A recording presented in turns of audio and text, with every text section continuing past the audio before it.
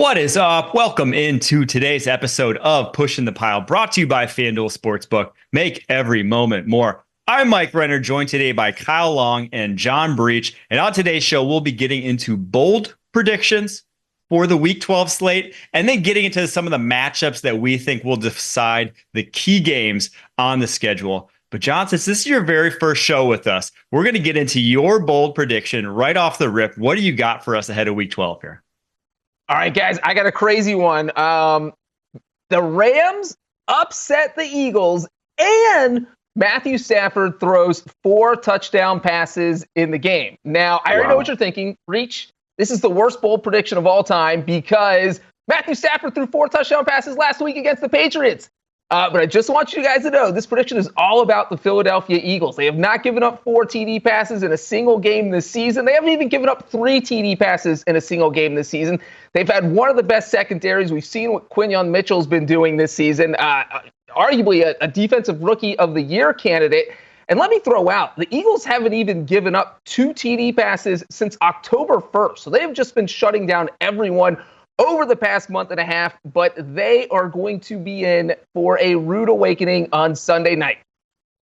I love that. I don't know about you, Mike. I know you talked about it earlier. You said you were picking the Rams, and while I disagree with the pick, I love the bold prediction there. That's how you freaking do it. That's how you start the game off. That's like a first pitch swing home run right there, because you're right. That Eagles secondary, they've been lauded. They've been talked about in such a positive light. Nobody's brought them back down to earth. Matt Stafford is like the perfect guy in this spot to get it done. Mike, do you have a bold, or do you want me to go with mine? Well, let me do mine because it literally goes right off the back of John's. I think the Rams put up 30. Now, do they win? I don't know, but I think they put up 30 in this game. That was my bold prediction. So great minds thinking alike here on this show. This morning, Mike. And it's because of what I saw last week. This Rams offense against a Patriots defense that, they're not as good as the Eagles have been this season, but they're no slouch, and especially the secondary for the New England Patriots. They just ran roughshod. 28 points, darn near 300 yards for Matthew Stafford. The offense was just humming. It looked like what we thought when they finally got all these guys back. And now this week, they get another guy back in Rob Havenstein, right tackle. So when you put all that together, a full-strength Rams offense and an offensive line that's been at least had some continuity over the past few weeks, I think we see them at their best this week at home in a game that I think every game for the NFC West nowadays is must win, but for the Los Angeles Rams especially, they would love to have this one. So 2 bold predictions that really jump off of each other. Kyle, what's your first one now? You guys are kicking off. You guys are the chairman at the player haters ball for the Eagles right now, because I tend to think, I thought they were pretenders the whole year, but I flipped the script. I actually think the weird haircut is great now. Nick Sirianni looks awesome. So I'm going against you guys, but I love the bold predictions there.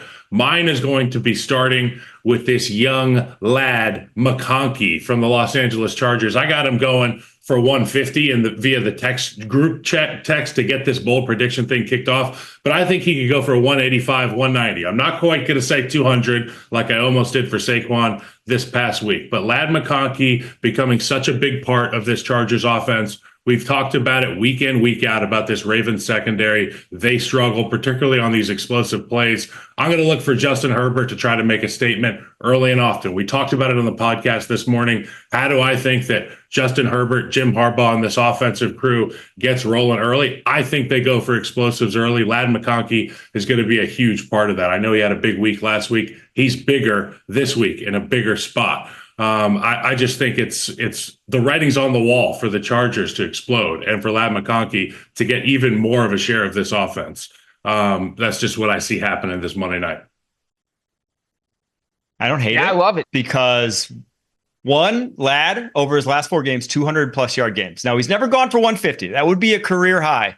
But when you look at the Ravens in that secondary, they still leave them out on islands a lot. They haven't realized that they're bad and that we need to play this sort of backup zone coverage defense, keep everything in front of us, eliminate explosive plays. They'll still let their cornerbacks get on an island. And if you're playing man coverage against this Chargers team, I know Justin Herbert's looking Lad McConkey's way. He is their best separator on this roster. So for that reason, I do think he has a big game. 150, I don't know. I think I'll have like the same take as you did when you said Saquon Barkley 175. It's like, yeah, I think it's going to be good. And then he'll end up sniffing it, and I'll text you at midnight. And I'll be like, hey, bro, lad, that young lad. He was good. John, what's your next one here? Well, real quick on Kyle's, I'll just say that when they played the Bengals on Sunday night, they clearly went in there with a game plan to run. And after about a quarter, they're saying, what the heck are we doing? This defense is terrible. We got to start throwing the ball. They do it. Justin Herbert has a huge game. And it does feel like they're just going to go in there with that mentality on Monday night. You've got the Harbaugh brothers. Jim's going to embarrass John. He's never beat him. So I love it. All right, I'll get to my second bold prediction. I am going to say the San Francisco 49ers go in to the frozen tundra of Lambeau Field and beat the Packers by double digits. Now, this sounds a little bit crazy because the 49ers haven't looked very good this season. 5-5, not even first place in the NFC West, but it just feels like watching the Packers defense over the past few weeks, it's just like a leaky hole on a ship that's getting ready to explode, but in a bad way where the whole ship sinks. We're talking, let's go back to week 8. They played Jacksonville. They gave up almost 400 yards to a Jags offense that's not that great. I'm sure you guys watched them play the Bears on Sunday. And yes, the Packers won, obviously should have lost. But look, the Bears had gone 23 drives without scoring a touchdown. They moved up and down the field on the Packers. So when you have Chicago and Jacksonville putting up huge numbers, I think this is the week where San Francisco kind of puts it all together. Christian McCaffrey's got his sea legs under him. George Kittle's going to be out there. And as long as Brock Purdy's willing to throw downfield, I could see the 49ers putting up 30, winning this game by double digits. I love that one. I love that one a lot. We talked about this game earlier, obviously, on our morning edition of Pushing the Pile. But when I got home and I was looking at Twitter and I see George Kittle in the locker room wearing that baseball cap talking about, I can't miss this game against the Pack at Lambeau Field. It just did, it did something to me, Mike. It did something to me. And I was on the Packers this morning. But by God, Johnny Breach has got me on the San Francisco 49ers right now. Double digits, John. That's wild. I'll go Niners. I don't know if I'll go double digits. I think it could come down to a field goal at Lambeau. That's just the way things play out sometimes, Mike.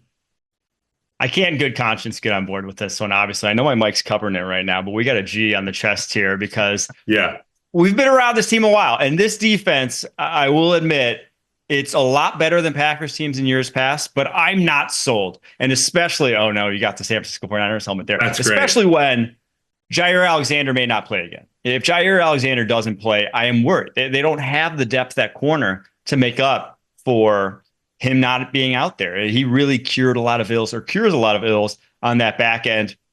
So while I think the Packers can keep up with them, I do worry about the Packers defense. I think offensively they'll put up points, but on the defense side of the ball, they could get ran on in this one. All right, let me get to my next one. I have in the battle of 2 second-year quarterbacks this week, Will Levis, CJ Stroud. I think Will Levis comes out with the better stat line of the two. Wow. Not something I think we were saying a handful of weeks ago, but over the past 5 weeks now, CJ Stroud, 210 passing yards a game, 2 total touchdown passes over that span, 3 interceptions, a 56.8 completion percentage. There's no sugarcoating it. He has been bad. If he didn't have the rookie season that he did, I think a lot more people would be worrying about, is CJ Stroud the guy for the Houston Texans going forward? Now, obviously, I think we all know that he is, but this is a bad stretch, and he's going up against a pretty good pass defense. Now, no L'Jarius Sneed in this one. That's obviously big for the Tennessee Titans defensive secondary, but I still think that Will Levis, what I saw last week against the Minnesota Vikings, as long as he's not under constant pressure, he can still move this passing offense. It's a big if, but that's why it's a bold prediction for me. I love that. I mean, he's a big play waiting to happen. He's must-see TV. There's a handful of guys that when you know they're playing, you got to have them in a 2-box. It's like George Pickens and Will Levis and a few other guys. Saquon Barkley jumping over guys backwards.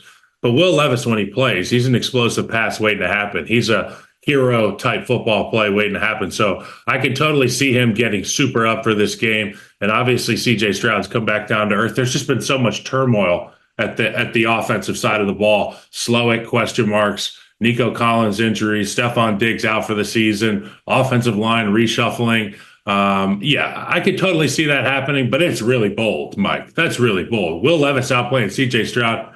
My goodness. Bold. I'm going to go not quite as bold here. I'm going to go Denver Broncos quarterback Bo Nix going for 4 touchdowns again in the division against the Las Vegas Raiders.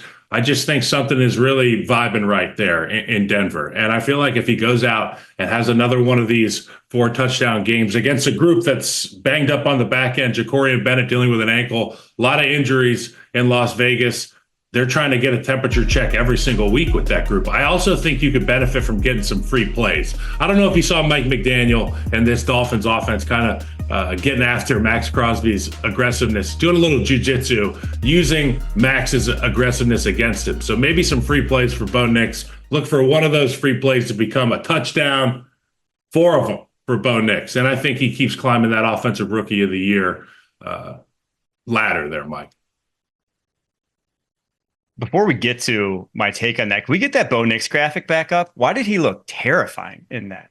He looked like he was. He is terrifying. He looked like a. Look at that. If you see this guy, that is not, your offense is about to get massacred. You got to kill this guy when you get the chance, because with a smile like that and those eyes, I start to question the things he's seen. It was Sean Payton behind him pulling the strings. Oh, watch out, boys. Watch out. That's straight out of the movie Smile. He's coming after everyone. Yeah. My Lord. I will say the Raiders defense this year not been, they just don't look like they have a defensive head coach, right? You expect defensive head coach, a disciplined defense that does their business the right way, even if maybe they don't have the best talent in the world. It ain't been that. And that's obviously probably the biggest indictment you can say about the Antonio Pierce era there in Las Vegas.